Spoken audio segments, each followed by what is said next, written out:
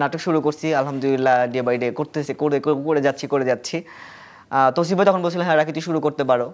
তো সিনেমাও আমার যখন সিনেমা করার সময় হবে তখন সবাই বুঝতে পারবে যে ওর তখন সিনেমায় নামা উচিত।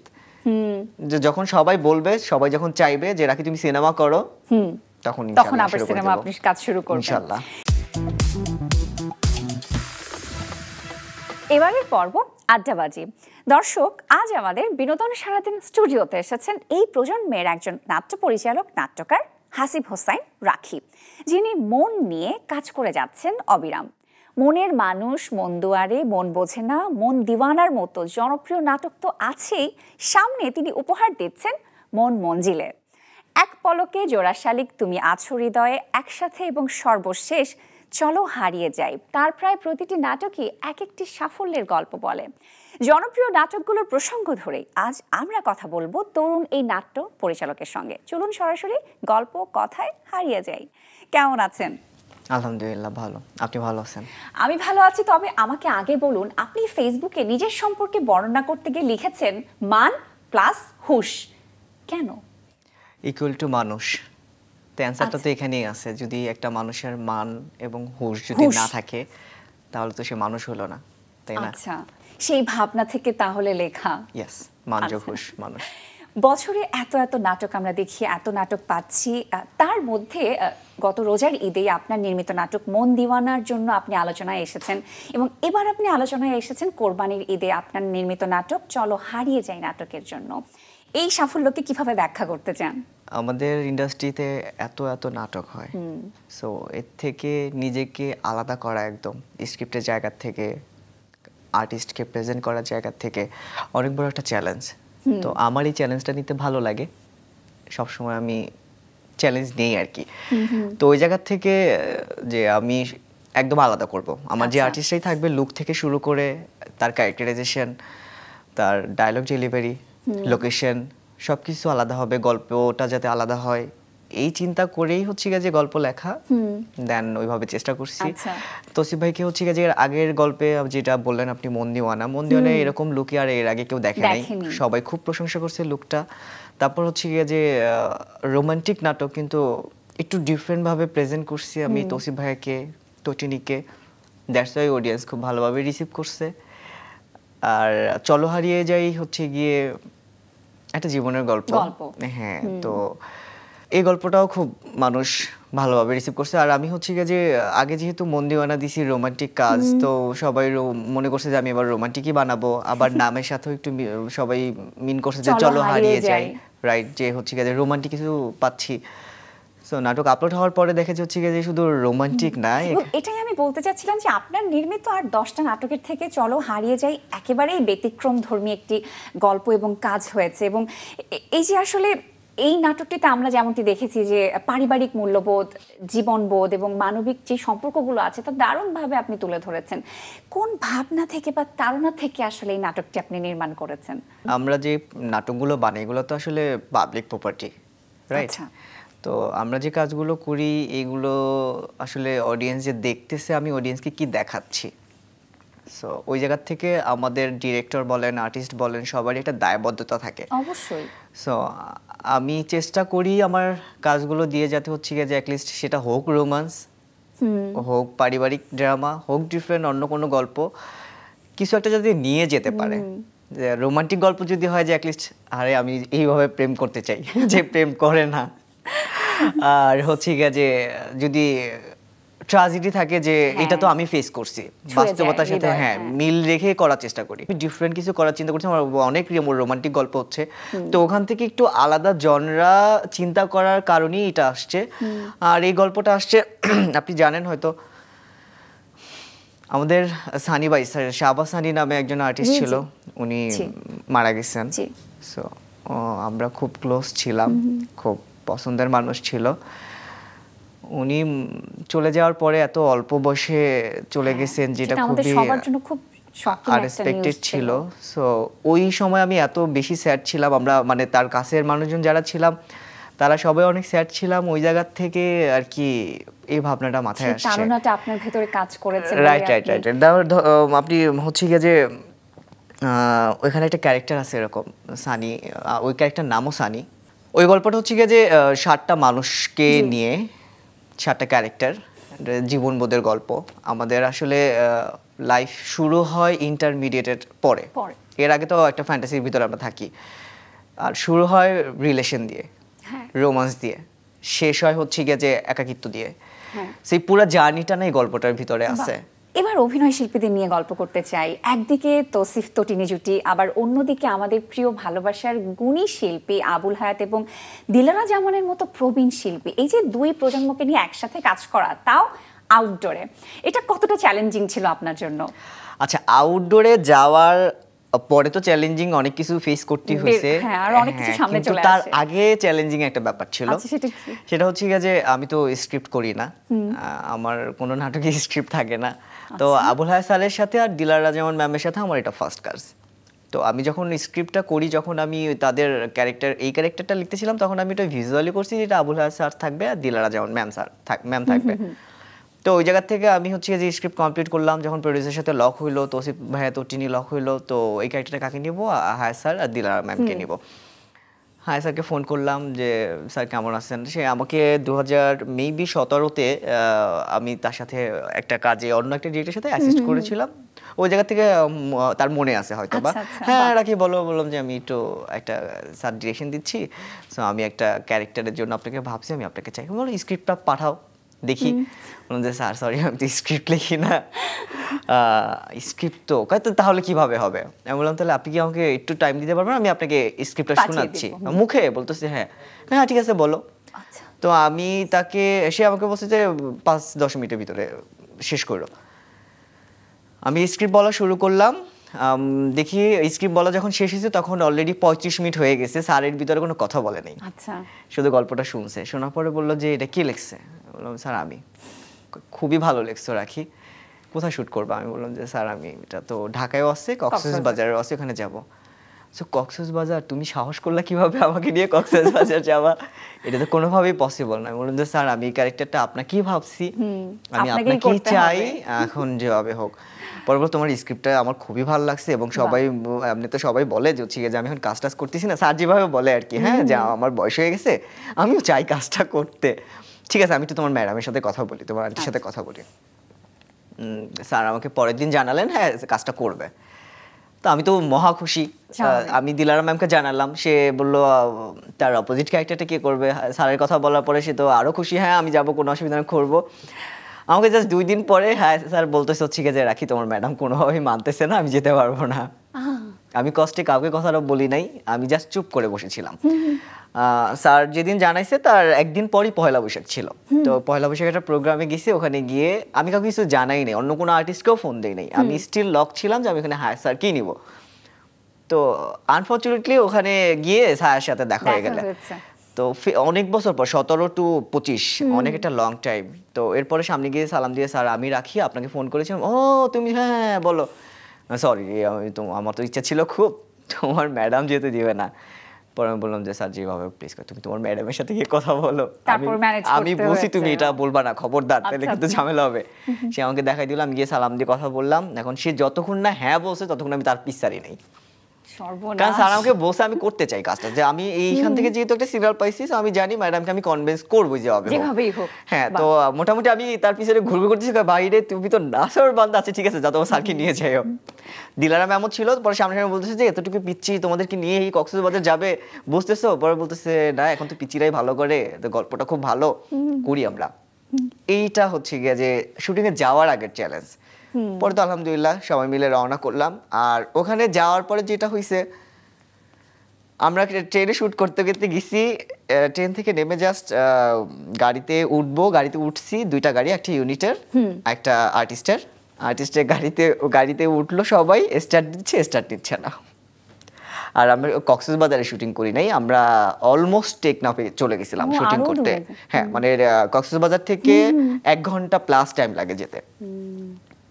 20 মিনিটের মতো বসা, তারপর অন্য গাড়ি কল করলাম, কল করতে না করতে হচ্ছে গিয়ে যে গাড়ি স্টার্ট নিচ্ছে, আসতে না আসতে এরা চলে গেছে।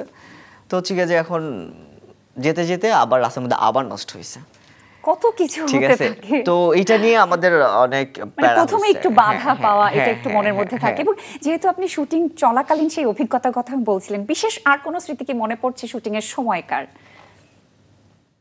হ্যাঁ, আমরা হচ্ছে গিয়ে যে কয়েকটা সিরিজ শট নেওয়ার জন্য স্যার বলতেছিল বা টিমের সবাই বলতেছিল এখানে নাও, কিন্তু আমি তো হচ্ছে গিয়ে যে তাদের ট্রাভেল দেখাচ্ছি যে তারা ঘুরতে গেছে, তো আমি ওই একই বিসিআর পাড়ে যদি নেই তাহলে তো হবে না ব্যাপারটা। তো আমরা মোটামুটি কক্সবাজার পুরোটাই ঘুরছি এই শটগুলো নেয়ার জন্য। সো আমরা হচ্ছে গিয়ে যে আমাকে শুটিং এর পরে স্যার বলতেছিল নাটকটা দেখার পরে যে হচ্ছে গিয়ে যে তুমি নাসর বান্দা যে কয়েকটা শট নেয়ার জন্য যে তুমি যেটা চাইছো ওইটা দেখানোর জন্য তুমি সারা দিন ঘুরে মাত্র 10 সেকেন্ড রাখছো। আমি বললাম স্যার এটা দেখতে এখন ভালো লাগতেছে না বলেন, না হলে তো ভালো লাগতো না। এবং ঠিক আছে, আরেকটা বিষয় বলতে চাই, আসলে যে নাটকের ডায়লগগুলো ছিল সেগুলো কিন্তু দর্শকদেরকে মুগ্ধ করেছে এবং হৃদয় ছুঁয়ে গেছে। যেমনটা আপনি বলছিলেন যে আপনি স্ক্রিপ্ট তো আগে থেকে করেন না, তো সেটা গিয়ে কি লিখেছেন পুরোপুরি ভাবে না ইম্প্রোভাইজ করেছেন, মানে কোন ওয়েতে আপনি কাজ ব্যাপারটা করেছেন? যেটা হইছে আমি স্ক্রিপ্ট লিখি না, ঠিক আছে, কিন্তু আমি যখন হচ্ছে যে একটা গল্প নিয়ে কাজ করব, যে যে গল্পটা আমি রেডি করি ওটা ফুল স্ক্রিপ্ট আমার মাথায় থাকে, ফুল স্ক্রিপ্ট আমার ভিতরে থাকে, বাট আমি লিখি না। আচ্ছা। ঠিক আছে, কিন্তু ওটার সাথে একটু মাইনাস প্লাস হয়, যেমন আমি এই সিনে কি ডায়লগ দিব, অ্যাক্টিং মোড কি হবে, এগুলো সব সেট থাকে। না হলে তো সেটে গিয়ে তো সম্ভব না। যখন আমি পুরোটা নিজে নিজে ভিজুয়াল করি, নিজে নিজে ভাবি। এবং অনেকে বলেন যে শতভাগ কমেডি নাটক ছাড়া সেই নাটকের ভিউ হয় না, কিন্তু আমরা যেমনটা দেখেছি একেবারেই গল্প প্রধান নাটক চলো হারিয়ে যাই খুব অল্প সময়ের মধ্যে কিন্তু ব্যাপক ভিউ হয়েছে। আপনার কি মনে হয় এখনকার এই বর্তমান সময়ে আসলে কোন ধরনের নাটকের ভিউ বেশি হয়? সব ধরনের নাটকেরই ভিউ হয়। তাই? হ্যাঁ, কোনোটা হচ্ছে যে পার্টিকুলারলি বলা যাবে না যে শুধু এটা ভিউ হয়, এটা ভিউ হয় না, এটা ভিউ হয়, এটা ভিউ হয় না, এরকম করে বলা যাবে না। সব কাজেই ভিউ হয়, কারণ সবার হাতে হাতে ফোন, সবাই ফোন থেকে ইউটিউব দেখতেছে, তো সব কাজেরই ভিউ হয়। এইখানে ভিউ হয় না এরকম বলে কোনো কথাই নেই আসলে। আচ্ছা। এবং আরেকটি বিষয় যদি বলি যে প্রযোজকরা তো অর্থ লগ্নি করেন, সেক্ষেত্রে আসলে নির্মাতাদের তো সেই দিকটিও দেখতে হয়, অনেক কিছুই ব্যালেন্স করতে হয়, এবং সেটার সাথে নির্মাতাদের নিজেদের যে বিষয়টা থাকে, তাদের যে একান্ত কিছু গল্প থাকে যা পর্দায় তুলে ধরার একটা তাড়নাও কাজ করে সবসময়, কেননা তারা তো সৃষ্টিই করতে চান। সেদিক থেকে আপনি কোন ধরনের, মূলত আসলে কোন ধরনের জনরাতে আপনি বেশি স্বচ্ছন্দ? আমার সবই ভালো লাগে, দেখতেও ভালো লাগে, করতেও ভালো লাগে। এখন যেটা হয়েছে হচ্ছে গিয়ে যে আমরা নাটক হয় জীবন থেকে, আবার জীবনের গল্প। হ্যাঁ, জীবনের গল্প, আবার হচ্ছে গিয়ে যে জীবন থেকে নাটক হয়, নাটক থেকে জীবন হয়। যে নাটক দেখার পরে বলে যে আমি আমার মিলে গেছে, দেখা গেল যে আমি তো ওই মানুষটার লাইফে গিয়ে জানি না যে কি হয়েছে, বাট হচ্ছে গিয়ে যে বাস্তবতার সাথে মিল রেখে যেই কাজগুলা করবে, মানে হচ্ছে যে আমি বলতে চাচ্ছি যে হচ্ছে দেখা গেল যে আমি একটা কাজ করব, সেটা যদি বাস্তবতার সাথে মিল থাকে তাহলে ওইটা অডিয়েন্স নিবে, খুব স্বাভাবিক। আমি এর বাইরে গিয়ে তো করতে চাইলে হবে না। তো এরকম স্ক্রিপ্ট আমি কেন চুজ করব যেটা টাকা লগ্নি করবে না? যে প্রোডিউসার তো অবশ্যই বোঝে যে আমার এই কাজটা করা উচিত কি উচিত না। তো আমি হচ্ছে গিয়ে যে যদি অডিয়েন্স যেটা চায় বা আমার জীবনে যেটা ঘটতেছে আমার সাথে যদি রিলেট না হয়, তাহলে আমি ওই গল্প কেন ভাববো বা এটা নিয়েও বা কেন যাব। এবং আরেকটি বিষয় বলতেই চাই আপনার ক্ষেত্রে, যে আপনার অধিকাংশ নাটকই যেটা আপনি নির্মিত করছেন সেটাই আসলে আপনার গল্পই থাকে মূলত, এবং সেটা আপনার ব্রেইন চাইল্ড হতে পারে বা আপনার ভাবনা থেকে হতে পারে। এর পেছনে বিশেষ কোনো কারণ কি রয়েছে? আমি তো বলতে পারবো না এটা, কারণ হচ্ছে গিয়ে যে আমি হচ্ছে গিয়ে যে নিজে ওন করি একটা গল্প, যখন আমি হচ্ছে গিয়ে যে একটা গল্প লিখি বা একটা গল্প ভাবি, তখন ওই প্রত্যেকটা ক্যারেক্টার মনে হয় আমি নিজেই। সো ওইটা লিখতে আমার জন্য খুব সুবিধা হয়, আমার শুটিং করতে খুব সুবিধা হয়। তো হয়তো এই জন্যই হবে, আমি এটা কখনো আসলে ওরকম ডিপলি ভাবি নাই, কখনো চিন্তা না না। আর আমার বস ছিল মেহেদী হাসান হৃদয়, তাকেও আমি দেখছি যে আমরা সবাই একসাথে বসতাম, বসে আমরা একটা গল্প লাইন আপ করতাম, রেডি করতাম, আমার বস ওই সেম প্যাটার্নেই কাজ করতো। তো হচ্ছে যে তার থেকে শেখা হয়তো বা এটার জন্য হইতে পারে, আমি আসলে এটা কখনো ওইভাবে চিন্তা করে দেখি নাই। এবং আরেকটা বিষয় নিয়ে বলতে চাই যে যেটা আমরা দেখি যেমনটা হচ্ছে যে ঘুরে ফিরে একই তারকা শিল্পীদের নিয়ে কিন্তু আমরা নাটক দেখছি এবং নাটক নির্মাণের একটা চাপ থাকছে, এবং সেক্ষেত্রে দর্শকদের ক্ষেত্রে আমাদের যেটা হয় যে আমরা একঘেয়েমি ফিল করি, আমরা বোর্ড ফিল করি একই রকমের ফেস বারে বারে দেখতে দেখতে। তারপরেও কেন প্রযোজকরা আসলে সেই তারকাদের পেছনেই ছুটতে থাকেন? এর কারণ হিসেবে আপনি কি বলবেন? না, এখানে অনেকগুলো কারণ আছে, শুধু আপনি একটাই যদি বলেন তাহলে হবে না। আমি যদি প্রোডিউসারের সাইড থেকে আসি, একটা ব্যাপার হচ্ছে যে পপুলারিটি, ঠিক আছে, যেমন ইউটিউব যেমন তৌসিফ ভাইকে খুব ভালোভাবে চেনে, তার একটা নাটক থাম দিয়ে ইউজ করলে অটো প্রমোট করে। কিন্তু অন্য আমি তো অ্যাক্টিং করি না, আমি যদি হচ্ছে গিয়ে যে আসি সামনে বা আমার থাম দিয়ে যদি ইউজ করে ওইটাও প্রমোট করবে না, ঠিক আছে? তো একটা পপুলারিটির ব্যাপার আছে প্রথমত। তারপর হচ্ছে গিয়ে যে সে যে টাকাটি ইনভেস্ট করতেছে সেই টাকাটা রিটার্ন আসবে কিনা, এটা একটা ব্যাপার থাকে। কারণ হচ্ছে শুধু ইউটিউব থেকে তো আসে না, কারণ অনেকগুলো সেক্টর থেকে টাকাগুলো আসে। একটা স্পন্সর বড় একটা অ্যামাউন্ট দেয়, সো নতুন একটা সেলের পিছনে তো হচ্ছে যে স্পন্সর টাকা লগ্নি করতেছে না বা করবে না, এটা আসলে প্রডিউসাররা ভালো বলতে পারবে, আমার যেটা মনে হয়েছে। এবার যদি ডিরেক্টরের সাইড থেকে বলেন হচ্ছে গিয়ে যে মানে সবাই যে সেম সেটা না, আমি বলতে চাই হচ্ছে গিয়ে যে তৌসিফ ভাইয়ের এক যুগ ক্যারিয়ার হয়ে গেছে, তো তার যে অ্যাক্টিং এর এক্সপিরিয়েন্স, আমি একটা গল্প রেডি করছি, এটা আমার স্বপ্ন যে আমার এই কাজটা খুব ভালো হবে, আমি ভালো করে করব। তো আমার এই কাজটা তৌসিফ ভাই যেভাবে অ্যাক্টিং করবে সেটা তো নতুন একটা ছেলে এসে ওই অ্যাক্টিংটা দিতে পারবে না আমাকে, সো আমি আমার গল্প নষ্ট করতে চাইবো না, রাইট? তো এই সবকিছু মিলাই, হ্যাঁ সবকিছু মিলেই হচ্ছে গিয়ে যে আসলে এটা হয় না। কেন হচ্ছে গিয়ে যে দেখা গেল যে যারা একটু একটু একটু একটু করে আসতেছে তারা তো এসে সামনে কাজ করতেছে, আবার দেখা গেল অনেকে একদম নতুন এসেও খুব নাম করতেছে, ভালো করতেছে, এটা খুব রেয়ারলি, বাট এটা খুব সিম্পল হিসাব। এবং আপনার নাটকের আরেকটু গল্প শুনতে চাই। আপনি সিঙ্গাপুর, থাইল্যান্ড সহ নানান দেশে গিয়ে শুটিং করেছেন, এবং দেশের বাইরে শুটিং করলে যেটা হয় যে আমরা লোকেশনের ক্ষেত্রে অনেক কিছু বৈচিত্র্যময় দেখতে পাই বা নতুন নতুন লোকেশন দেখার সুযোগ হয়। কিন্তু আসলে নির্মাণের কথা যদি বলি, এই যে কারিগরি দিকের কথা বলি, সেদিকে কি আপনার মনে হয় না যে একটু দৈন্যতা থেকেই যায়? না, মনে হয় না যে একটু দায়সারা নির্মাণ হয়েছে বা কারিগরি দিক থেকে একটু দৈন্যতা আছে? আমি যেগুলো শুটিং করেছি একটাও এরকম হয় নাই। কারণ হচ্ছে যে আমি যদি সিম্পল হিসাব আপনাকে বুঝাই, যে আমরা যখন ইনডোরে শুট করি তখন আমাদের অনেক লাইটের প্রয়োজন হয়, আর যখন আউটডোরে শুট করি তখন অনেক লাইটের প্রয়োজন হয় না, তখন আমরা ন্যাচারাল লাইটের, আল্লাহ দেয়ার লাইটে শুট করি। আচ্ছা, ঠিক আছে? তো আমরা যখন আমি বেসিক্যালি যখন দেশের বাইরে যাই তখন আমার গল্পগুলো বেশিরভাগই থাকে আউটডোর বেস, যাতে আমার ইনডোরে অত বেশি কাজ না করতে হয়। আর যখন ইনডোরে কাজ করব তখন যেখানে পর্যাপ্ত লাইট আছে ওইখানেই আমরা শুট করি, সো এটার জন্য আহামরি আমার কখনো প্রবলেম ফেস করতে হয় নাই। এবং নিলয় হিমি জুটিকে নিয়ে আপনার অনেক কাজ হয়েছে, অনেক নাটক আছে, একসঙ্গে অনেক কাজ করা হয়েছে, তো একসঙ্গে যখন কাজ হয়েছে নিশ্চয়ই একটা বন্ডিং তৈরি হয়েছে।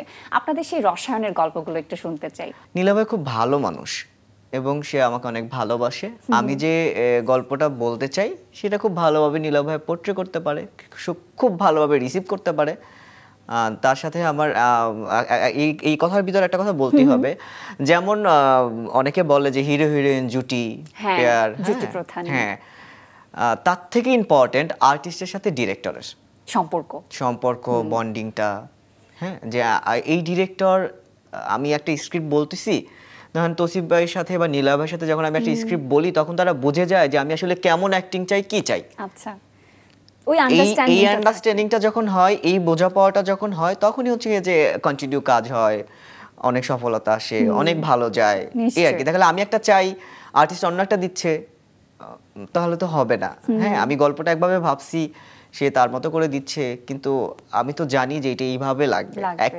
অ্যাক্টর অ্যাক্টিং করবে, এটা খুব স্বাভাবিক, ঠিক আছে, কিন্তু আমার চাওয়াটা যখন আর্টিস্ট বুঝবে তখনই হচ্ছে যে বন্ডিংটা হয়, তখনই হচ্ছে যে একটা ভালো টিমওয়ার্ক হয়। হ্যাঁ, এই জন্য হচ্ছে যে নীলা ভাই আমাকে অনেক অনেক অনেক অনেক অনেক বেশি ভালোবাসে।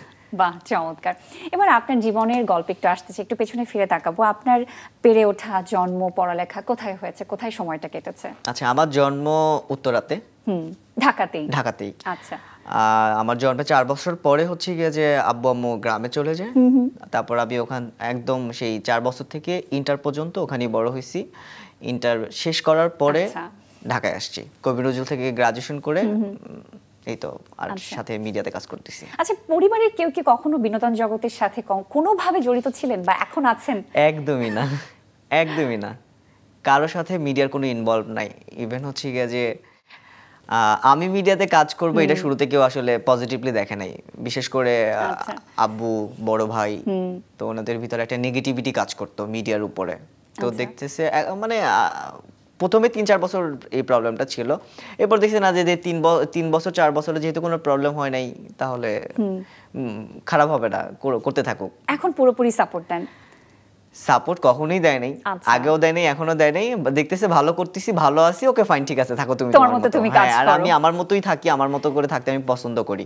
আর হচ্ছে কি যে জানে যে আমাকে বললে আমি শুনবো না, সো বলে তো লাভ নাই। একরোখা টাইপের। একদম একদম একদম, যে হচ্ছে কি যে আর আমি তো খারাপ কিছু করতেছি না, তাহলে আমাকে কেন এটা না করবে? আর না করলেও তো হচ্ছে কি যে আমি এখন তার মন গড়া ব্যাপার আমার উপরে চাপাই দিবে, তুমি এটা করতে পারবা না, কইরো না, তাহলে তো হবে না। আমার এটা ভালো লাগে, আমি এটা করতেছি, আমি এটা করবো, দ্যাটস ইট। যতদূর জানি যে আপনি প্রথম বিনোদন জগতে, নাটকের জগতে পা রাখেন 2017 সালে, এবং বরবাদ খ্যাত পরিচালক মেহেদী হাসান হৃদয়ের সহকারী হিসেবে আপনি কাজ করেছেন প্রায় 2 থেকে 2.5 বছর। তার সঙ্গে আপনার পরিচয় কিভাবে, কাজের অভিজ্ঞতা কেমন হয়েছে, সব শুনবো। আমি হৃদয় ভাইয়ের সাথে কাজ করার আগে 1 বছর ফ্রিল্যান্স এডি হিসাবে কাজ করছি অনেকগুলো ডিরেক্টরের সাথে। তো ওরকমই একজন ডিরেক্টরের সাথে আমি কাজ করতে গেছিলাম, ওনার নাম সোহেল নাম। চিফ এডি হিসাবে কাজ করতে গেছি, আমার লাইফের ফার্স্ট চিফ এডি হিসাবে কাজ করতে গেছিলাম ওইটা। ওই কাজটা করতে গিয়ে ওইটার যে রাইটার আকাশ রঞ্জন দাদা, ওনার সাথে পরিচয় হয়। উনি দেখে বললো যে তুমি অনেক পরিশ্রমী এবং মোটামুটি ভালোই বোঝো, তো হচ্ছে কি যে এরকম ঘুরে ঘুরে কাজ না করে এক জায়গায় ফিক্সড হয়েছে। বললাম এরকম কার সাথে হব, হচ্ছে কি যে রেগুলার কাজ করে বা আমাকে কেনই বানিয়ে। আচ্ছা ঠিক আছে, আমি তোমাকে একজনের সাথে পরিচয় করাই দিচ্ছি, ওর সাথে তুমি রেগুলার কাজ করো, ওর একটা ভালো ইডি দরকার, তুমি ওর সাথে থাকলে আরো শিখতে পারবা, ভালো করতে পারবা। এরপরে আমাকে হৃদয় ভাইয়ের সাথে পরিচয় করায় দেয়। হৃদয় ভাই ফার্স্টে দাদা বলছে মানে ওকে ফাইন নিতে হবে। শুরু করলাম, প্রথম 2 দিন শুটিং করার পরে আকাশ দাকে বলতেছে না ওকে দিয়ে হবে। এর আগে আমাকে ওরকম ভাবে সে করেনি যে হচ্ছে যে হবে কি হবে না। ভাবছে যে ওই কাজটার রাইটার ছিল আকাশ রঞ্জন দাদা, আর হৃদয় ভাই তখন ক্যারিয়ারের শুরুর দিকটা ছিল। তো দাদা বলছে, দাদাকে অনেক মানতো যে রাখিকে নিতে হবে, ওকে ঠিক আছে, আর তারও রেডি লাগবে। 2 দিন শুটিং করার পরে বলছে না অনেক পরিশ্রমী আছে এবং বোঝার আগ্রহটা আছে, সো ওকে দিয়ে হবে। এই হৃদয় ভাইয়ের সাথে কন্টিনিউ শুরু করি, ওই শুরু তো শুরু আলহামদুলিল্লাহ। আর যদি জানতে চাই এভাবে যে মেহেদী হাসান হৃদয়ের সঙ্গে কাজ করতে গিয়ে আপনি যে শিক্ষাগুলো পেয়েছেন, সেটা আসলে আপনার সহকারীদেরকে আপনি কিভাবে দিয়ে থাকেন? সেম, মানে হচ্ছে কি যে একজন অ্যাসিস্ট্যান্ট ডিরেক্টর তার বসের কাছ থেকে শিখবে একদম A to Z। খুব স্বাভাবিক যে আমি কিভাবে গল্প রেডি করতেছি, আমি কিভাবে শুটিং করতেছি, আমি কিভাবে আর্টিস্ট ডিল করতেছি, এভরিথিং। আমার বসের সাথে সাথে আমি থেকে যেভাবে শিখছি, হাতে ধরে তো শেখানোর কিছু নাই এই কাজটা। সো আমার রেডিও আমার সাথে ওইভাবে থেকে করে শিখতেছে। তাও যদি পার্টিকুলার ভাবে জানতে চাই যে কোন শিক্ষাগুলো পেয়েছেন, 2-1টি শিক্ষার কথা যদি আপনি বলতে চান, যে শিক্ষাগুলো আপনি আপনার সহকারীদেরকেও শেখাচ্ছেন। হাসিব হোসেন রাখি, এই নামটা তো হচ্ছে যে অ্যাজ এ ডিরেক্টর হিসাবে সবাই চেনে এখন। এই নামটা হওয়ার জন্য যা যা দরকার আমি সবকিছু মেহেদী হাসান হৃদয় থেকে শিখছি। আচ্ছা, একদম এভরিথিং, স্ক্রিপ্ট থেকে শুরু করে যা কিছু আছে, ডিরেকশন, মানে হাসিব হোসেন রাখি ক্রিয়েটর মেহেদী হাসান হৃদয়। আচ্ছা, খুব সুন্দর করে বললেন আপনি, এবং গুরুকে নিয়ে আসলে এভাবে বলাটাও একটা গর্বের বিষয়। না অবভিয়াসলি, কারণ হচ্ছে যে আমি যখন আমি তো জন্ম আমার ঢাকায় হলো, আমার বেড়ে ওঠা একটা গ্রামে একদমই। জি জি। তো আমি অনেক কিছু বা আমার সাথে ওই সময়ে যারা ছিল অনেক কিছু আমরা দেখি নাই, ঠিক আছে। সো আর এই মিডিয়া পাড়াটা তো বা মিডিয়া যারা কাজ করে তারা অনেক অ্যাডভান্স, অনেক ফাস্ট, প্রতি মুহূর্তেই চেঞ্জ হচ্ছে, অনেক অ্যাডভান্স। অন্যান্য ডিপার্টমেন্টে যারা কাজ করে তাদের থেকে মিডিয়ার মানুষজন যারা আছে ক্যামেরার পিছনে ক্যামেরার সামনে সবাই অনেক অ্যাডভান্স। সো ওই গ্রাম থেকে ওই অ্যাডভান্সটা আমি না, গ্রাম থেকে উঠে আসা ছেলে এসে হচ্ছে যে কাজ শিখা বা ওই জায়গাটা করে নেয়া, এটা হচ্ছে গিয়ে যে কতটা টাফ সেটা আপনি বুঝতেই পারতেছেন। তো ওই পুরাটা আমি আমার বসের কাছ থেকেই শিখছি। তো বস যদি ওরকম না হইতো তাহলে আমি শিখতে পারতাম না। একদমই তাই। এবং এককভাবে আপনি প্রথম নাটক নির্মাণ করেন 2019 সালে। লাস্ট ব্রেকআপ নামের সে নাটকে ছিলেন তহসিফ এবং সাবিলা নূর, এই জুটিকে আমরা পেয়েছি। আসলে প্রথম নাটক হিসেবে এই যে তারকা শিল্পীকে আপনি পেয়ে গেলেন, সেটাও তো অনেক সৌভাগ্যের ব্যাপার এবং ভাগ্যেরও ব্যাপার বলতেই হবে। অনেকটা লাকি ছিলেন বলেই সেটা সম্ভব হয়েছে, কিন্তু কিভাবে সম্ভব হয়েছে? আমার বসও তখন খুব ভালো কাজ করতো, হি ডিরেক্টর ছিলেন। সো তার ডিরেকশনে তৌসিফ ভাই অসংখ্য কাজ করছে, তার অ্যাসিস্ট্যান্ট ডিরেক্টর ছিলাম আমি। সো সেটের ভিতরে সে দেখছে রাখি কি করতেছে, রাখি কি পারবে। সাবিলা আপু সেম, তো ওই জায়গা থেকে যখন আমার আমি মজার ব্যাপার হচ্ছে কি যে আমি ডিরেকশনে গেছি কিন্তু আমার বসের কথায়। আমার বস বলতেছে যে রাখি তুমি এখন শুরু করতে পারো টুকটুক করে, ঠিক আছে গল্প রেডি করো। আমি গল্প রেডি করলাম, বলে তোসিবেরে শোনাও, আমি তোসিবেকে শুনাইলাম। পরে বললো খুব ভালো রেডি করছো, চলো করি, নায়িকা কি হবে সাবিলাপুরে শুনাইলাম। হ্যাঁ রাখি চলো শুরু করি। মানে অনেক বেশি না কারণ হচ্ছে কি যে হৃদয় ভাইয়ের ডিরেকশন আমি 17 থেকে যখন 19 পর্যন্ত, আমি 19-এর মাঝামাঝি গিয়ে ডিরেকশন দিয়েছি, তার মানে অলমোস্ট 2.5 বছর আমি অ্যাসিস্ট করছি। করার পরে এই 2.5 বছরে বেশিরভাগ কাজই ছিল তোসিফ ভাইয়া। সাবিলাপুর সাথেও প্রায় তখন অলরেডি ডিরেকশন, হৃদয় ভাই ডিরেকশনে অনেকগুলো কাজ হয়ে গেছে। তো ওখান থেকে রাখিকে চেনে, তারা জানে, তো নতুন করে প্রুভ করার কিছু ছিল না। তো ওই জন্য খুব মানে নরমালি হবে, এটাই খুব স্বাভাবিক।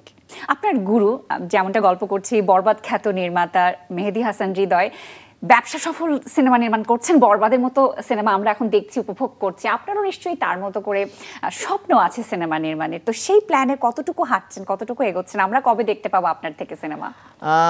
বস যেরকম বলছে যে রাখি তুমি এখন ডিরেকশন দাও, নাটক ডিরেকশন দেওয়া উচিত, তোমার নামতে পারো। নাটক শুরু করছি আলহামদুলিল্লাহ, ডে বাই ডে করে যাচ্ছি। তোসিফ ভাই তখন বলছিল হ্যাঁ রাখি তুই শুরু করতে পারো। তো সিনেমাও আমার যখন সিনেমা করার সময় হবে তখন সবাই বুঝতে পারবে যে ওর তখন সিনেমায় নামা উচিত। যে যখন সবাই বলবে, সবাই যখন চাইবে যে রাখি তুমি সিনেমা করো, তখন আবার সিনেমা আপনি কাজ শুরু করবেন ইনশাআল্লাহ। এবং অনেকে বলছেন যে বাংলা সিনেমার জোয়ার চলছে, সে কারণে আসলে নাটক নিয়ে আলোচনা কিন্তু কম হচ্ছে এবং আগের মতো এত জনপ্রিয় নাটক তৈরি হচ্ছে না বা আমরা পাচ্ছি না। এই নিয়ে আপনার কি বলার আছে? যারা বলতেছে তাদের সাথে আসলে আমি একমত না। আচ্ছা, কারণ হচ্ছে গিয়ে যে সিনেমা নিয়েও আলোচনা হচ্ছে, নাটক নিয়েও আলোচনা হচ্ছে, সবটা নিয়ে আলোচনা হচ্ছে। আমি যদি আমার কাজটা নিয়ে বলি, আমার লাস্ট কাজটা যেটা হচ্ছে যে প্রচুর আলোচনা হচ্ছে, মানুষজন গ্রুপে লিখতেছে, যারা এর আগে কোনোদিন মানে নাটক যে রিভিউ দিতে হয় বোঝে না বা জানে না, তারাও নিজের প্রোফাইলে লিখতেছে যে এটা সবাই দেখা উচিত, শেয়ার করতেছে, সাজেশন করতেছে, লিঙ্ক পাঠাচ্ছে যে এই নাটকটা দেখ, এই নাটকটা দেখ, ঠিক আছে। তো হচ্ছে গিয়ে যে যারা করতে পারতেছে না, এটা তাদের ব্যর্থতা যে তারা আলোচনার মতো করে করতে পারতেছে না। আচ্ছা, কয়েকদিন আগে একটু অন্য প্রসঙ্গে গল্প করছি, কয়েকদিন আগে আপনি মজা করে ফেসবুকে একটা স্ট্যাটাস দিয়েছিলেন যে রাত জাগা ঠিক না, সবারই উচিত রাত 10টার মধ্যে ঘুমিয়ে পড়া। কিন্তু আমার প্রশ্ন, আপনি নিজে এত ব্যস্ত থাকেন, এত কাজের ভিড়ে আপনি কি 10টায় ঘুমাতে পারেন? যে সবাইকে বলছিলেন এই কথাটা। পারতেছি না বলেই তো এই পোস্টটা দিছিলাম যে আসলে 10টার ভিতরে ঘুমায় পড়া উচিত, কিন্তু আমরা কেউই পারি না, এখন কারো সম্ভব না। কাজ ছাড়াও হচ্ছে যে নরমালি আমাদের সাথে একটা পরিবার তো আসি, তাছাড়া হচ্ছে দেখা গেলে শুতে গেছি, আমরা ফোনটা নিয়ে শুয়ে পড়তেছি, ফোন দেখতে 1-1.5 ঘন্টা 2 ঘন্টা চলে গেছে, ঘুম আর ঠিকই হয় না, ঘুম আর আসে না, আমাদের রুটিনটাই এখন চেঞ্জ হয়ে গেছে। তো ওই নিজের প্রতি বিরক্ত হয়েই আসলে পোস্টটা দিছিলাম। হ্যাঁ পারতেছি না, যে হচ্ছে না। এবার আপনাকে ঝটপট কিছু প্রশ্ন করব, চটপট উত্তর দিতে হবে। হাসিব হোসাইন রাখি একজন মানুষ। নির্মাতা হিসেবে কাকে আইডল মানেন? বসকেই। আপনার জোড়া শালিক কোথায়? জানি না, আসলে নাই ওরকম কেউ। আপনার মনের মানুষকে যে গানটি আপনি শোনাতে চান? এটা মনের মানুষ হওয়ার পরে বলতে পারবো, তার টেস্ট অনুযায়ী শোনাবো। চলো হারিয়ে যাই, মন মাঝে মধ্যে কোথায় হারিয়ে যেতে চায়?